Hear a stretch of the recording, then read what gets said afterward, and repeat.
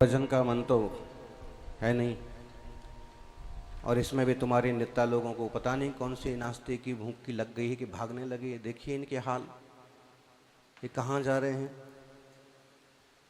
क्या कर रहे हैं आप लोग। सब दिख रहा है हमको, सब मालूम पड़ रहा है। संघ का नुकसान हो इसलिए क्या क्या गोटियां चलते हैं आप लोग, क्या क्या करते हैं। लेकिन ये आपके लिए भी अच्छा नहीं होगा। और ये साधुओं का जो हाल हो रहा है, इसमें आप लोगों की, नेताओं की बहुत बड़ी भूमिका है। अपनी रोटियां सेकने के लिए कुछ भी करते हो। खोपड़ी में जितने बाल हैं वो भी गायब हो जाएंगे। ओम नमः शिदेभ्यः। जज साहब बैठे हैं, आप देखिए इन लोगों के तमाशे। हमारे पास माइक आ रहा, फिर भी भागे जा रहे हैं। ऐसे नंगे लोग हमने देखे नहीं। नारियल चढ़ाएंगे, तिलक लगाएंगे, भाग जाएंगे। इतनी गंभीर सभा में भी बैठ नहीं सकते हो। ये साधुओं की रक्षा करेंगे कि साधुओं को आपस में लड़ाएंगे। एक एक साधु पाल रखा है एक एक कॉलोनी में। साधुओं का संग नहीं बन सकता है, उनके गुरु के साथ नहीं रह सकते हैं। 2-3 साधु नहीं रह सकते हैं। ये शकुनी लोग हैं समाज में, संघों को बर्बाद करने वाले, समाज को बर्बाद। क्या गुणधर नंदी और क्या दूसरे साधु, और आज जो घटना घड़ी, क्या कहेंगे आप। ऐसे में से चला दिए, वो पैसे ब्याज देने का काम करते थे। शर्म आना चाहिए।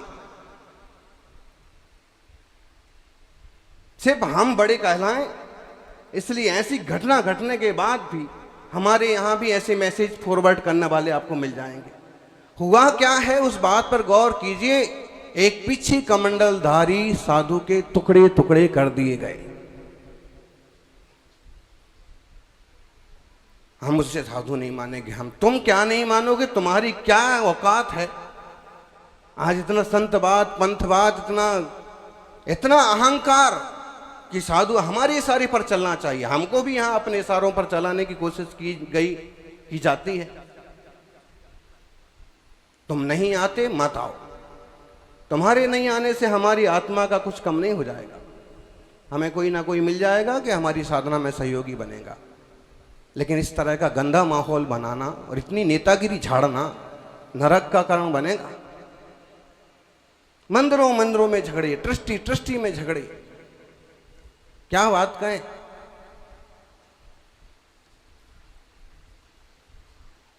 थोड़ी तो शालीनता, थोड़ी तो गंभीरता, नेतृत्व तो कहां है बताइए। आज आप एक ऐसा आदमी खड़ा करके दिखाओ जो पूरी समाज का नेतृत्व करता हो। सैकड़ों सभाएं बन गई, सैकड़ों ग्लोबल फ्लोबल, ये वो, एक का ठौर ठिकाना नहीं, एक में दम नहीं। यहां आने के बाद कितने नेता यहां आए, और आए, तिलक लगवाया, नारियल चढ़ाया, नाश्ता किया, प्रवचन सुनने की जरूरत ही नहीं। गंभीर मुद्दों पर चर्चा करने की जरूरत ही नहीं है। ये विषय जो आज लिया है, कल लेना चाहते थे हम, लेकिन फिर भी उसकी रूपरेखा बनाने के हिसाब से जो भी है बहुत गलत काम हुआ है। और इस ढंग से पेश आना चाहिए समाज को। ये किसी एक साधु की बात नहीं है, पीछी कमंडल की बात है, जैन शासन की बात है। ताली की जरूरत ही नहीं है। मैं थोड़ा आक्रोश में हूं, और जो भी है ये ठीक नहीं।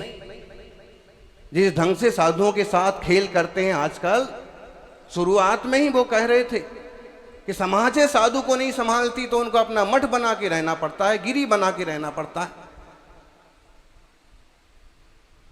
इतने चालबाज लोग निकलते हैं ठेकेदारों में कि वो अमुक संघ ना आ जाए तो कहीं से का छुल्लक फुल्लक पकड़ के ले आएंगे। वो कहेंगे हमारे यहां साधु हैं, समाज विजी है, समाज में कार्यक्रम है।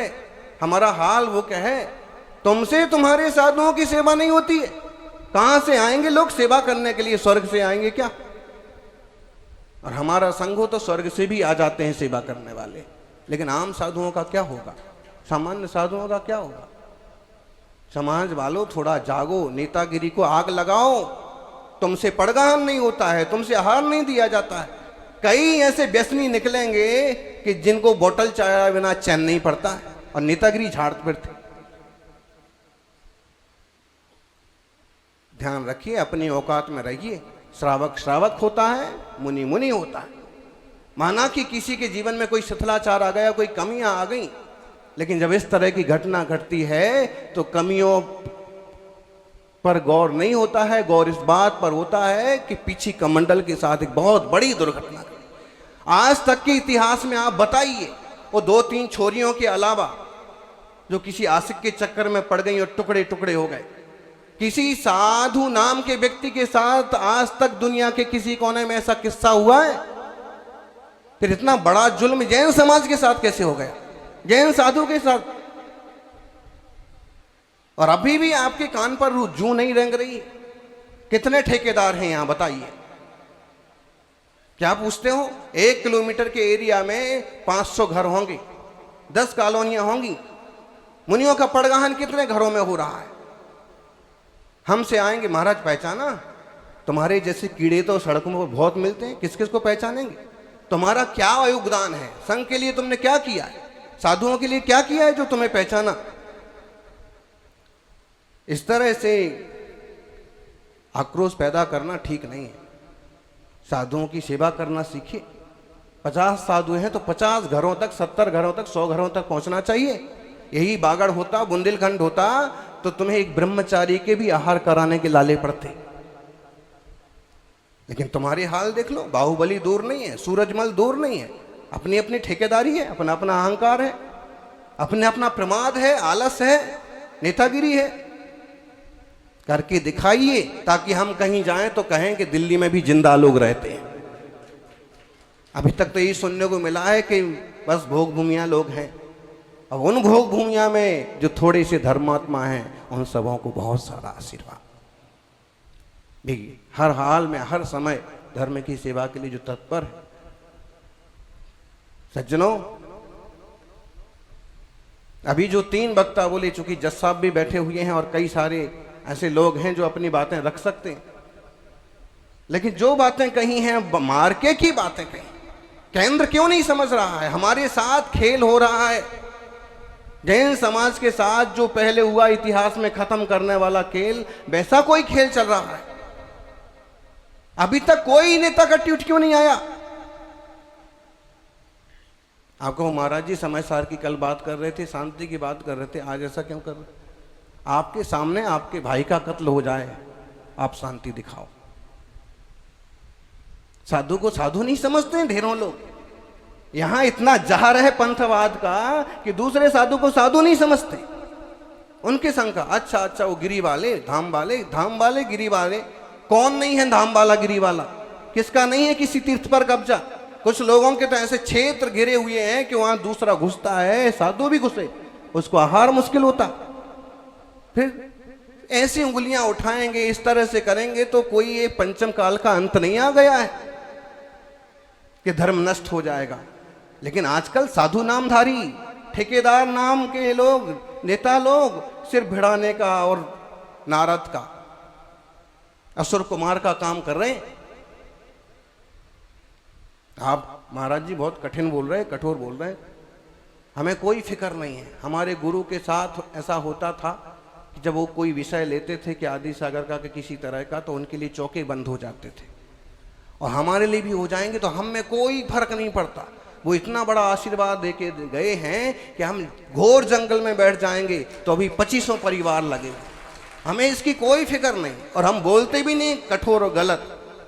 आज भी हम बहुत शालीनता से बोलने वाले थे। भाई साहब लोग, टकलेगंजे लोग चल दिए। अरे हो गए आप ठेकेदार, 2 मिनट तो शांति रखो। कौन से प्रधानमंत्री हो? हद कर दी। ऐसे तुम्हारी सेवा होगी, ऐसे साधुओं की सेवा होगी।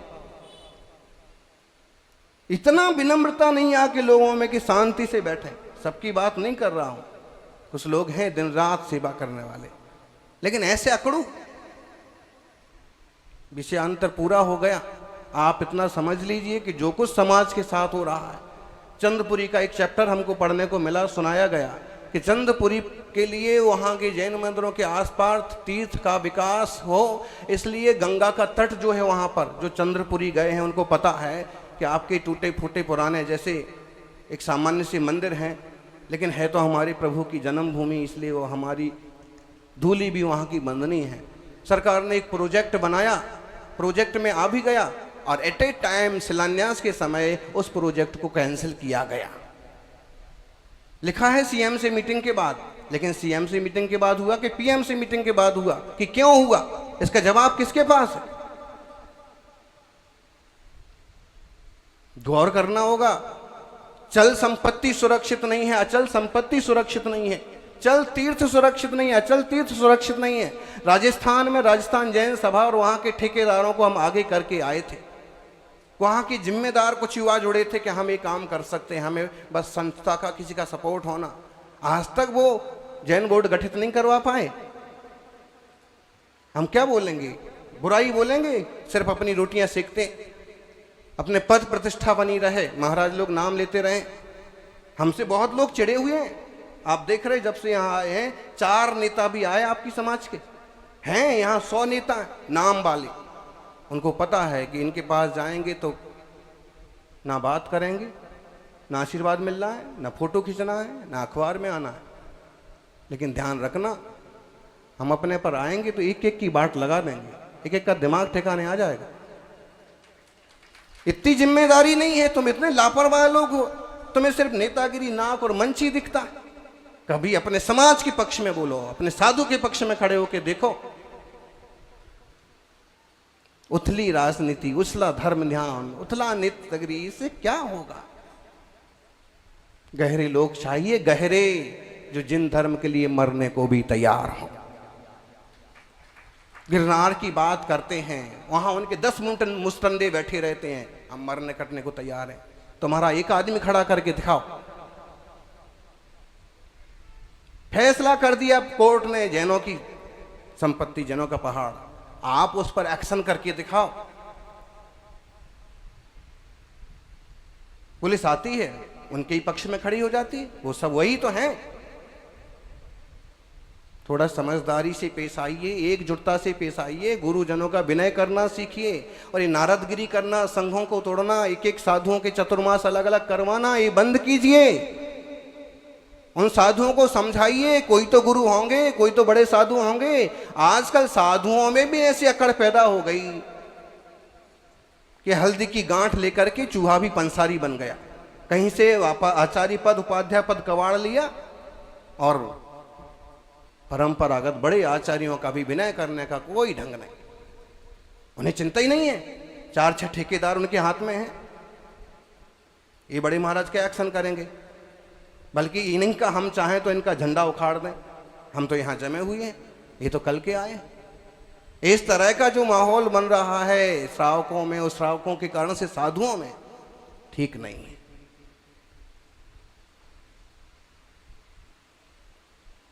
परसों साधु आए, वो एक मुनि महाराज के बराबर बैठना चाहिए, बैठ जाओ, कोई बात नहीं, और कुर्सी लगाओ। आजकल देखिए आप, एकता कैसे हो सकती है? ढेरों कपड़े पहने हैं और अपने आप को महान घोषित किए जा रहे हैं। महावीर स्वामी का पंथ परंपरा मूल निर्ग्रंथ दिगंबर परंपरा है। और जो कुछ चीजें पैदा हुई हैं वो माहौल के कारण से हुए, समय समय पर पैदा हुई हैं। इस बात को सभी स्वीकारते हैं, लेकिन बस स्वीकारते हैं, प्रैक्टिकली नहीं। उनको दिगंबर मुनि से भी ऊपर का दर्जा चाहिए। दर्जा ले लो, दर्जा तो किसी को कुछ भी मिल जाता है, लेकिन ये समझ के चलिए मोक्ष मार्ग एक ही है। एक होय तृण काल मां मोक्ष मार्ग नो पंथ। मोक्ष मार्ग नहीं बदल जाएगा, तुम्हारी शक्ति प्रदर्शन से तुम महान नहीं हो जाओगे। मोक्ष मार्ग तो जो है सम्यक दर्शन, ज्ञान, चरित्र और सर्वसंग त्याग वाला। तीर्थंकर महावीर को क्या कमी थी? अगर इतना ही परिग्रह रखना था तो घर में कौन सी दिक्कत थी? आराम से रह रहे थे, बाग बगीचे में रहते, वही करते रहते। ये पूर्ण वीतरागता वाला मार्ग है। इसलिए नंगे साधु लोगों को नंगे दिखते हैं, लेकिन वास्तव में इनसे ज्यादा संपत्ति वाला, निज गुण संपत्ति वाला कोई दूसरा दुनिया में नहीं। श्रावक तक साधुओं को तौलते हैं। कितने भक्त आते हैं, कितने आए थे वहां पर, कितने आए थे? बस 5,000, 10,000। अरे हमने वो किया तो ऐसा। ऐसे साधुओं में स्पर्धा पैदा करते। बड़े आचार्य का इतना फोटो लगा होगा, छोटे से महाराज को लाएंगे, तब बड़ा फोटो लगाएंगे, लड़ो महाराजो आपस में, भक्त लोग आपस में भड़ाओ। ये जो राजनीति करने वाले धर्म में घुसते हैं, कई बार ये बहुत बड़ा बिगाड़ करते हैं।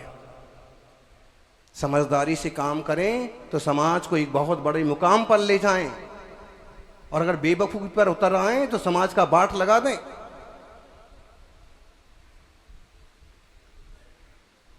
क्या कारण है कि आप इतने लोग मिलके और साधु संघों को एक मंच पर नहीं ला सकते?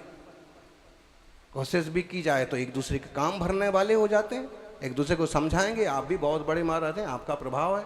सुनील सागर तो आ जाए, वो कैसे नेतृत्व ले सकते हैं 2550वें निर्वाण उत्सव का? नेतृत्व तो आप ही ले सकते हैं, सुलगाने वाले ही मिलते हैं। विचित्र स्थितियां हैं। ऐसे में ऐसा भयंकर कांड होना देखा जाए तो ये तो अनहोनी। जब आप खुद आपस में बटे हुए हैं तो कौन आपका मतलब कौन सहयोग करेगा, कौन सरकार सहयोग करेगी? जी अच्छी बात है कि किसी भी कारण से कर्नाटक सरकार जागी, जो भी है सत्ता में, और इस पर एक्शन चालू हुआ। लेकिन इतने से काम नहीं चलेगा। सीबीआई की जो जांच है या जो भी जांचें हैं वो होना चाहिए। और जो बुलडोजर वाली बात आई, मुनि महाराज नहीं बोल सकते हैं, लेकिन जिस भी श्रावक ने कहा कि पूरी तरह से उनको ध्वस्त किया जाना चाहिए, वो श्रावक भी वास्तव में हिम्मत वाला है। क्यों नहीं होना चाहिए? जरा सी बात को लेकर के और आप जो है दूसरे की हालत खराब कर देते।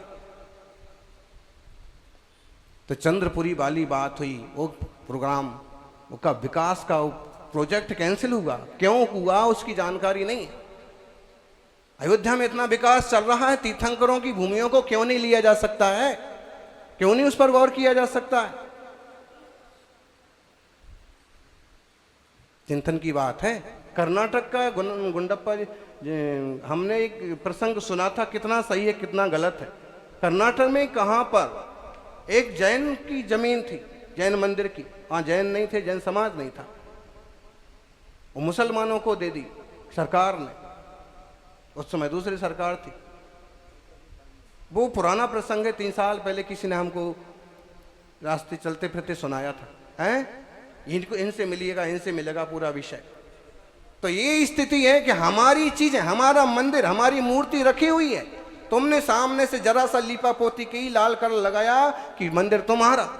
हमारे ही भगवान को लाल किया, कपड़ा पहनाया कि मंदिर तुम्हारा। ये कहां का न्याय है? आप लोग बहुत नुकसान में जा रहे हैं। माना कि आप बहुत करोड़पति हैं, आपके पास 5 फ्लैट हैं, आपका अपने समाज में वर्चस्व है, लेकिन जो नुकसान आज जैन धर्म का, जिन शासन का हो रहा है, मुझे लगता है कि ऐसा नुकसान उस जमाने में हुआ जब मुनियों को काटा गया। कह रहे थे अभी कि पहले हम 45 करोड़ थे। सच्चाई है, अकबर के समय भी हम 4.5 करोड़ थे और आज हम 45 लाख पर आ गए। संख्या पर भी तो ध्यान दीजिए। छोरे छोरियां कहां जा रहे हैं? ठीक ठिकाने लगाइए ना उनको। खुद को सुधारिए, समाज को कुछ तो करिए। अभी वर्धमान शासन मिटने का समय नहीं आया है। 18,500 साल बाकी हैं। आंखों के सामने लोग मंदिरों पर कब्जे किए जा रहे हैं। जयपुर में 10 जमीनें पड़ी हैं, उनके ही मालियों ने कब्जा कर लिए। नेता लोग नेतागिरी झाड़ रहे हैं। एक हिम्मत वाला शेर पैदा हो जाए ना,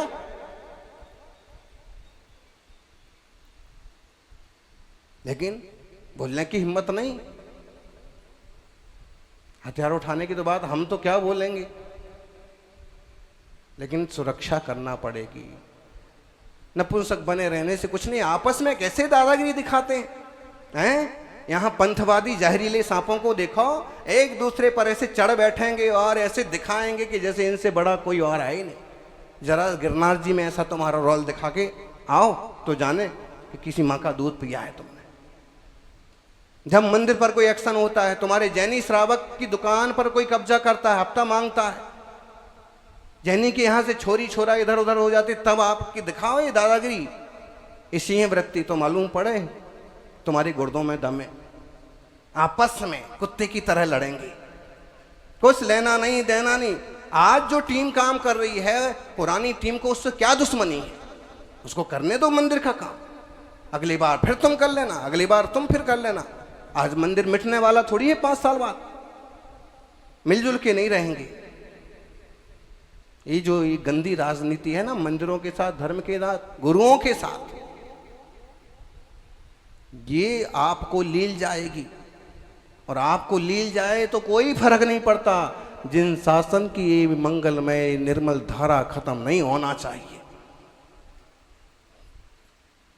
जिन धर्म है से है प्यार, तो हर पल ये कहना चाहिए, मैं रहूं या ना रहूं, जिन धर्म रहना चाहिए। कितने लोग ऐसे हैं, अकलंक देव ने अपनी गर्दन कटाई जिन धर्म के लिए।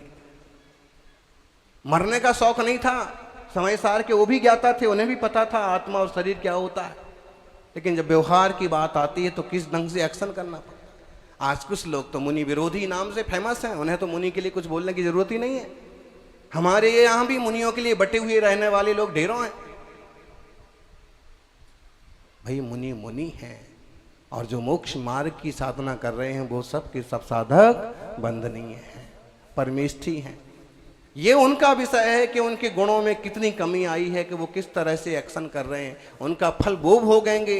जब तक उनके मूल गुण में आपको स्पष्ट दोष ना मालूम पड़े, तब तक श्रावक का कर्तव्य है कि वह मुनि राजों का वंदन करे।